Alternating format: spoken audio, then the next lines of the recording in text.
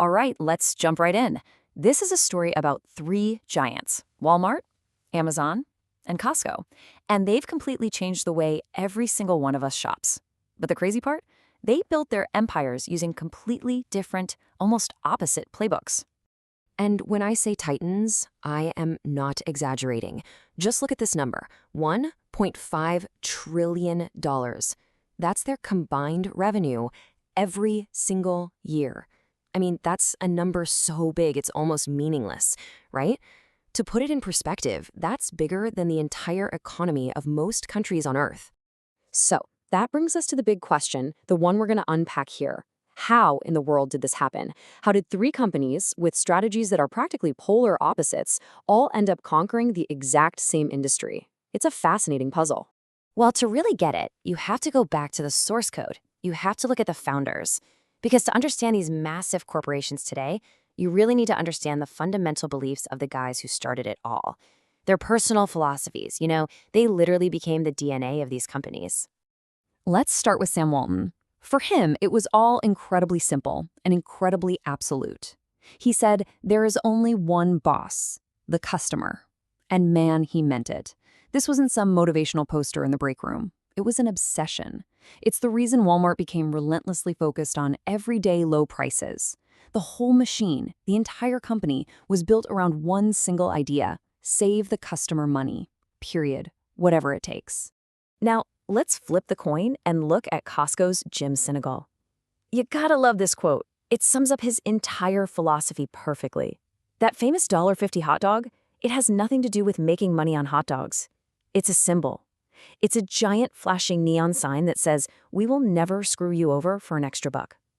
That fanatical, almost religious devotion to member value, that's the secret sauce for their whole business. And then you have Jeff Bezos. He was playing a totally different sport. He famously used what he called the regret minimization framework. Basically, he asked himself, when I'm 80, what will I regret not having done? And for him, the answer was not trying to build a store on the internet. So he was completely stubborn about that long-term vision. He knew the internet was the future and he was willing to burn cash for years to make it happen. While everyone on Wall Street was screaming about quarterly earnings, Bezos was playing chess, not checkers. Okay, so you have the founding philosophies, right? The corporate DNA. Now let's see how that DNA actually gets expressed. Let's step into the arena and see how these ideas created three radically different machines, all fighting for the money in your wallet. And here it is, laid out plain and simple. Walmart's game is all about sheer scale and efficiency. They use their size to just hammer prices down. Costco, on the other hand, does the opposite. They limit your choices. They act like a curator you trust, saying, "We found the best stuff for you." And they make their money from membership fees, not from selling you that stuff. And then there's Amazon. They built a whole digital world, an ecosystem that runs on data and convenience, and it's all designed to make sure you never have a reason to leave. You really can't overstate Walmart's biggest advantage, their physical footprint. Think about this. 90% of Americans live within just 10 miles of a Walmart.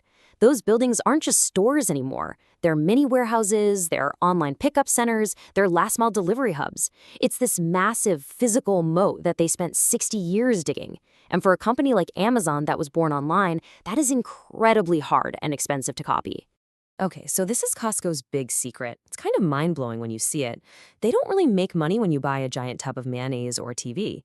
Look at this. Nearly 2/3 of their entire profit comes from you and me paying that annual membership fee. It's genius, right? Because it lets them sell everything else, basically at cost. So you're not really paying for the stuff. You're paying for access, the privilege of getting that stuff for cheap. And if Costco's secret is the membership, Amazon's secret is this: AWS, Amazon Web Services. You can't talk about Amazon's dominance without talking about this. It's the hidden engine of the whole empire. What started as just a tool for their own website, Bezos brilliantly spun out into its own business. And look at the numbers. It's a relatively small slice of the revenue pie, but it generates about half of the company's profit. That is a fire hose of cash that they can point directly at the retail business. It lets them lose money on shipping, it lets them outspend, outbuild, and outlast everybody else. But it's not just about store layouts and business models, right? This fight has always been a technology fight. It's a straight-up arms race.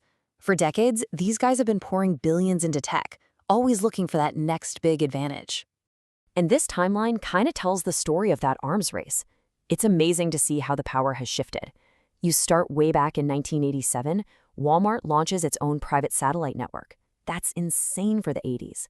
Then you see Amazon change the game completely with AWS in 2006. Then they double down on warehouse robots. Walmart fires back, buying Jet.com for billions to catch up online. And now, look where we are today. It's all about AI. The battlefield just keeps changing. I just want to pause on this for a second because it's so important. 1987. The internet was barely a thing for most people, and Sam Walton had a satellite system that gave him real-time inventory data for the entire country, the very insight that Amazon would use to build its entire empire, knowing what people want and where it is. Walmart was doing that a quarter of a century earlier. They were so far ahead of the curve. But here's where Amazon had the edge. It was born on the web. Its DNA was digital from day one. And when you combine that tech-first mindset with the literal mountains of cash coming in from AWS, well, it allowed them to experiment and invest on a scale that nobody could touch. For more than a decade, they just ran circles around everyone, building up that incredible moat of data, logistics, and of course, the Prime ecosystem that locks everyone in. Okay, so that's the history, that's how we got here. But what about the future? Where is this all going? Because the battle is shifting again. The fight for your wallet is moving on to totally new and honestly much more personal turf. From what we can see, the next war will be fought on 4 main fronts. First up is omnichannel, fancy word for basically erasing the line between shopping in a store and shopping online. Next, memberships. They don't just want you as a customer, they want you as a subscriber. Then there's the new gold rush, retail media. This is huge. And finally, the one that ties it all together, artificial intelligence. And you can see how their membership programs reflect those core strategies we talked about. Amazon Prime is this giant digital universe, right? Free shipping, movies, music, it's all about sucking you into their ecosystem. Costco's is simple. It's your ticket into the club, your pass to get those amazing in-store deals. And Walmart Plus, it's playing to their strength. It's all about leveraging those thousands of physical stores for super fast delivery and convenience, especially with groceries. Now, this retail media thing is a really big deal. You have to understand this shift. For years, the game was about buying something for $1 and selling it for $1.10. Now, the real money is in selling ad space to, say, Coca-Cola, so their ad pops up right when you're about to buy a soda. And that's exactly why Walmart just bought Vizio, the TV company. They don't care about selling TVs. They care about the data and the screen space to build a massive advertising business to go head-to-head with Amazon. And the fuel for all of this is AI. Artificial intelligence is like a supercharger for everything we've been talking about. It's the tech that's going to predict a hurricane is coming and automatically send more batteries to Florida. It's what runs the robots in the warehouses. It's what personalizes the Amazon homepage so it looks different for you than it does for me. Make no mistake, whoever wins the AI race will have an almost unstoppable advantage. So that's the battlefield. As these giants keep fighting it out, it really leaves you with one big question, right? In this massive trillion-dollar war for our wallets, who's actually winning? Is it us, the consumer who gets lower prices and faster shipping because of all this competition? Or is the real winner the company that gets the best at collecting our data, the one that learns to know us better than we know ourselves and can nudge us into buying things without us even realizing it? It's something to think about next time you click Add to Cart.